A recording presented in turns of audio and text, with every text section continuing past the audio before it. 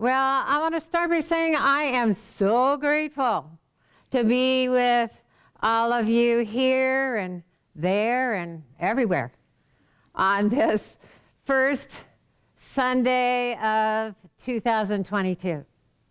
Now, if you attend LEC regularly, either in person or through live stream, then you know I haven't been here for the past 3 Sundays. And what you may or may not know is that during that time, I was journeying through an experience of COVID. And I want to talk a little about that this morning because I learned so much along that journey about the unshakable power and immovable presence of God. Now, even as I tested positive for COVID, I was positive. God is all there is, all the time, everywhere, and within every situation and condition in our human experience. And so I had no doubt that God was present within the condition I was experiencing. Because I felt sure that the spiritual truth of all life in the universe is unchangeable. I felt sure that nothing about me had changed, no matter what appeared to be going on. The universe, including me, was still the beloved creation of God's love. Nothing in the world can change God. Nothing that happens in this world can alter God's love. In the book of Hebrew, we read that Christ, the beloved of God, is the same yesterday, today, and forever. God's perfect love remains forever present in you and me and in everything we see, no matter how unlike God some things may seem to be at times. The wonderful spiritual writer and teacher Ken Wilber wrote, "There is nothing but God, nothing but the Spirit in every direction, and not a grain of sand, nor a grain of dust is more or less spirit than any other."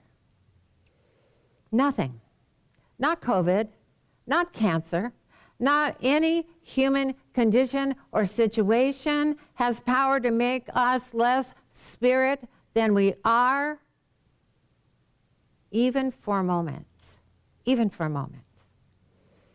Our divinity doesn't come and go according to the situations and conditions in our life because there's nothing but God in every direction in our life.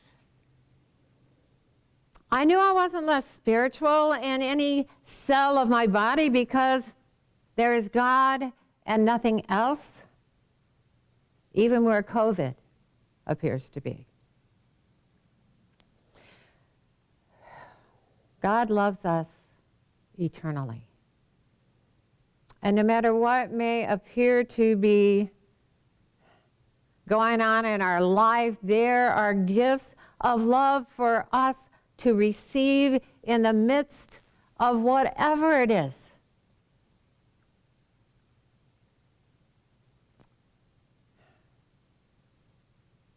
the situations in our life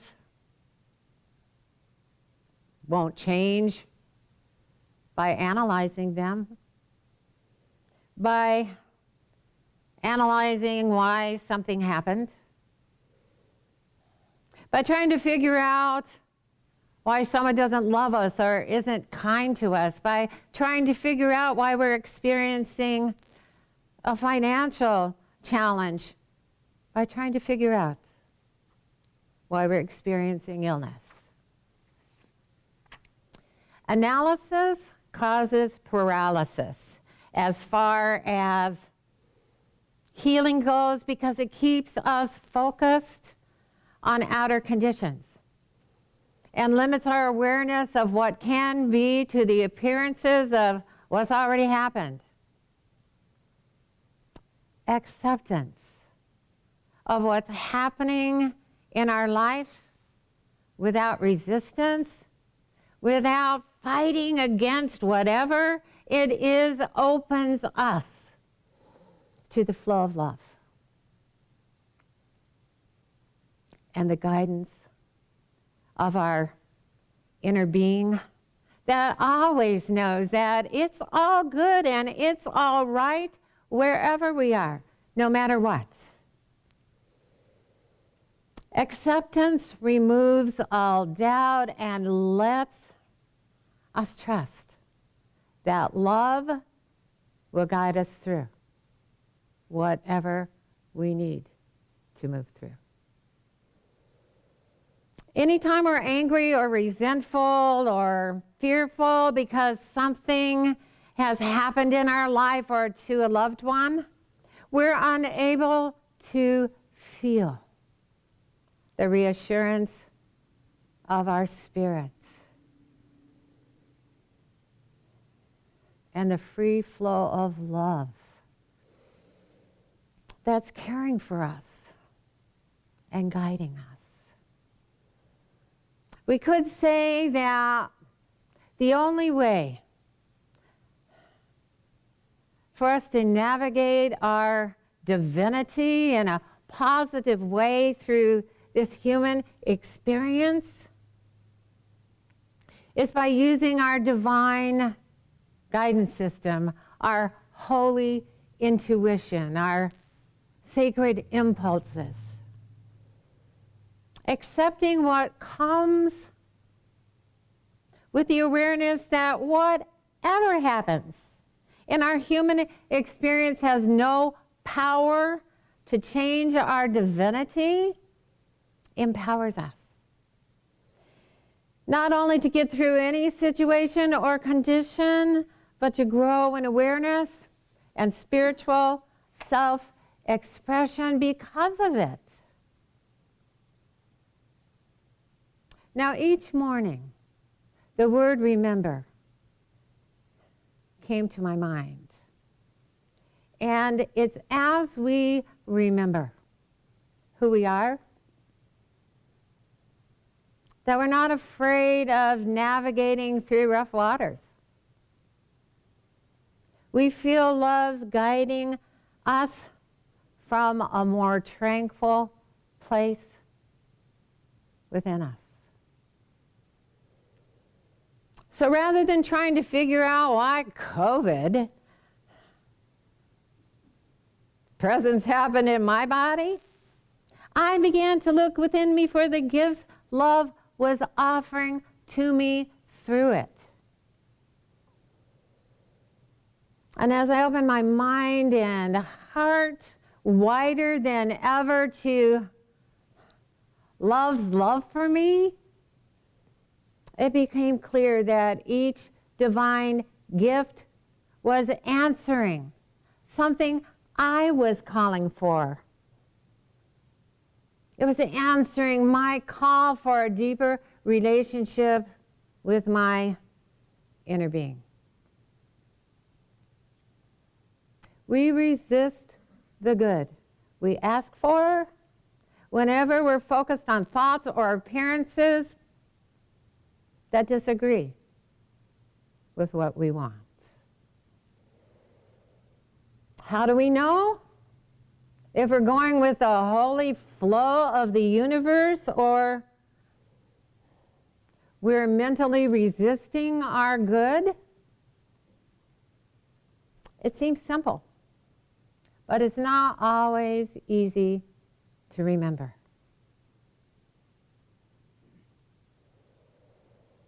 What doesn't feel good to focus on?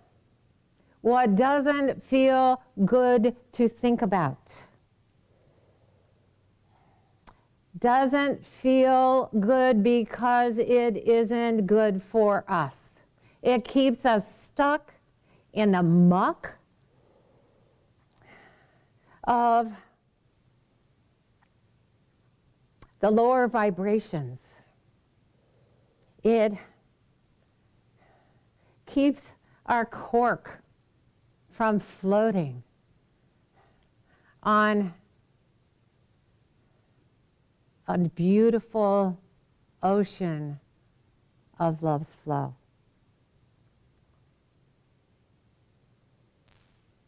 Good feels good to focus on. Good feels good to think about because it's good for us. Positive thoughts cause our cork to float in the high, happy, healing vibrations of life, where it is easier for us to navigate as a divine being, no matter what our human experiences and circumstances may be. But there's such a strong, natural, divine impulse and desire within us to feel our unity with each other, that we often join with others who have suffered in this life as a way of experiencing our oneness. Abraham Hicks tells us that some people write music about heartbreak and books about traumas and tragedies because that's a much bigger audience and appears to make a bigger connection with others than songs and books about happiness. And what I've come to observe lately through this recent experience is that there seems to be a camaraderie among those who have experienced COVID in their own body or through a loved one. There seems to be such a strong desire to connect that we share the details of the symptoms that we've experienced in our own body, or we talk about the experiences of our family members and friends. But it's important for us to know that through our sympathetic conversations of commiseration, we inadvertently perpetuate the very conditions in this world that none of us desire to experience again. We need to be willing to let past experiences go, no matter how dramatic or compelling they seem to be, and no matter how curious others may be about our experience.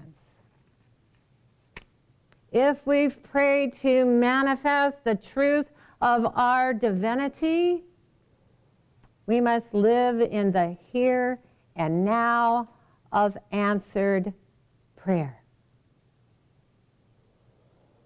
Abraham Hicks tells us that was then, this is now. Don't talk about it anymore. There's no point in beating the drama of anything you don't want to repeat. Which brings us to the title of today's talk, Tend to Your Trend. Now, trending is a popular word these days. 30 years ago, before the development of social media and social networks, it usually referred to what was happening in the stock market or in the field of medicine, or to a sudden increase in the popularity of something that was causing more and more people to focus on it. I mean, 30 years ago, the Energizer Bunny made its debut, and it kept going and going and going through the 90s. We had Beanie Babies and the Spice Girls and the Macarena, all without the influence of social media. Trends were described in newspapers without controversy, or they were reported by anchormen on the news without opinions. With the addition of social media, trending means a whole lot more. Social networks have created a whole new platform in which trending topics can be talked about by anyone and everyone and influenced by opinions. A trending topic is something that's hot news or hot conversation within the general public. It's something everyone seems to be talking about and everyone has an opinion about. On Twitter, when a word or a phrase or a hashtag has been used multiple times for whatever reason, it becomes a trending topic. Twitter even has a section called Trends for You that's a combination of the most popular words and phrases, and it's combined with whatever Twitter thinks you should be interested in. We're told we should be interested in trending topics, that we should be aware of what's being talked about and join in the conversation. Because following trending topics gives us, and giving our opinion, gives us a voice in the world and a greater connection with each other. But if we want to be a deliberate creator of our own experiences in this earth life, we need to tend to our own trend. We're always trending in a positive or negative direction through the vibration of our thoughts. We're always trending in the direction of our thinking, but we're not always paying attention or tending to what we're focused on. We can tend in a positive direction that's inspired from within us if we're following the negative trends of the world. Joining in thoughts and conversations of anger and opposition and conflict keeps us focused on the situation in front of us. Negative thoughts cause us to dwell in the lower vibrations of fear that cause more negativity to trend in our experience. Positive thoughts cause us to trend upward into the high healing vibrations of joy and love and peace and well-being. We tend to our mental and emotional trend by becoming aware of how our thoughts and conversations cause us to feel. We tend to our trend by noticing how much of our mental energy we offer to our divinity in each moment, no matter what may be going on, and how much we offer to what we see in front of us. That might be appearing as sickness or sorrow or lack or limitation or conflict or confusion. Where do we join? The more we focus on a challenge, the more we tend to trend toward similar challenges.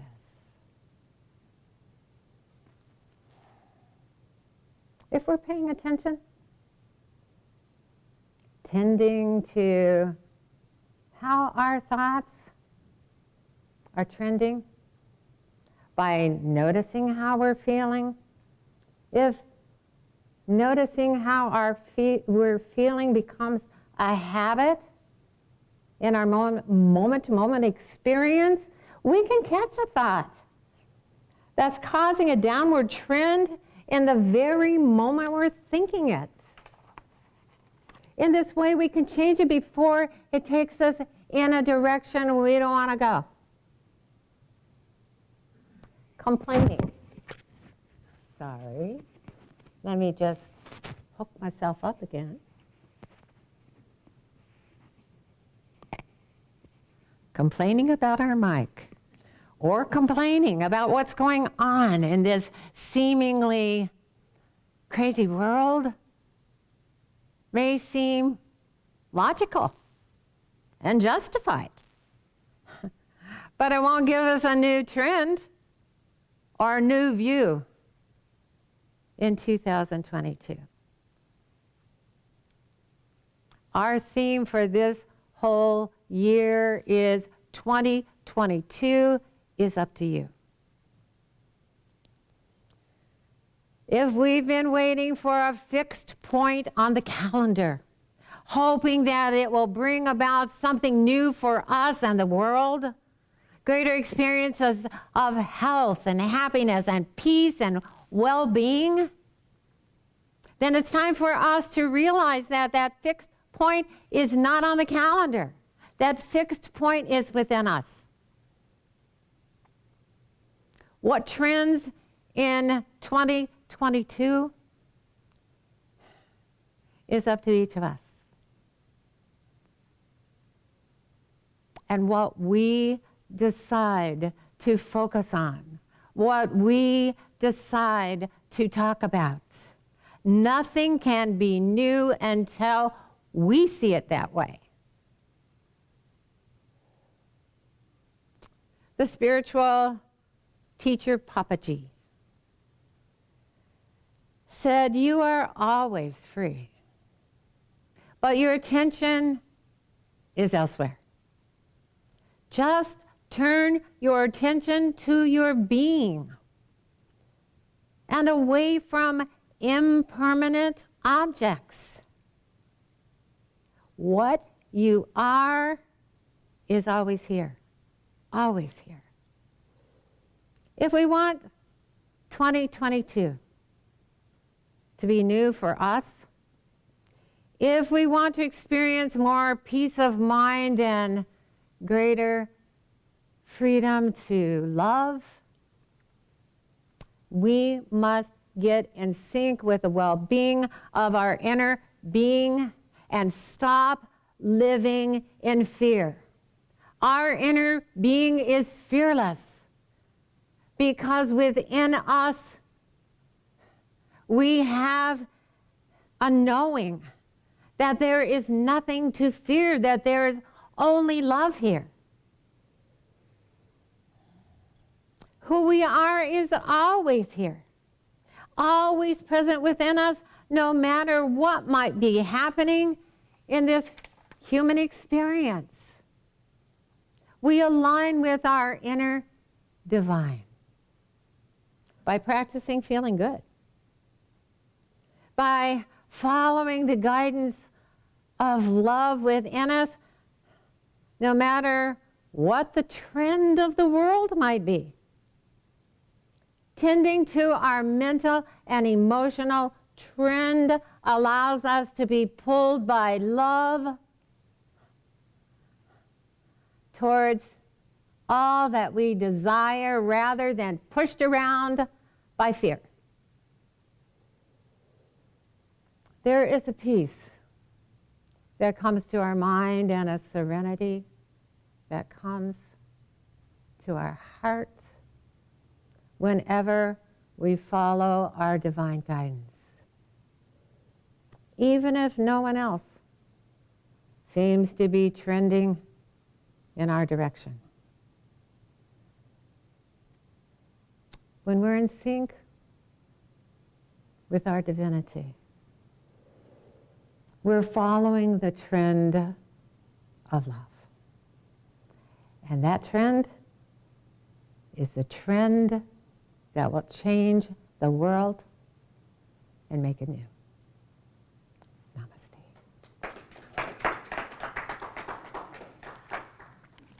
All right. Well, that was fun. Okay. Well, this is the time of our service when we get to say those words that feel so good to say. Thank you. Thank you for all the love and financial support that you have given to LEC. Thank you for navigating with love through some really weird, rough waters. Thank you for sticking it out. Thank you for staying the course. And thank you for supporting us in our message of love and well-being. And so, if you don't know how to support us and something you heard today inspires you to do that, then there are several ways you can do that. You can hit the donate button on our Life Enrichment Facebook page. You can go to our website, lecflint.com, and hit the contribute button if you're a member of PayPal. That's an easy way to support us. And of course, you can always send a check or come in person to 2512 South Thigh Road, Flint, Michigan, 48532. And thank you.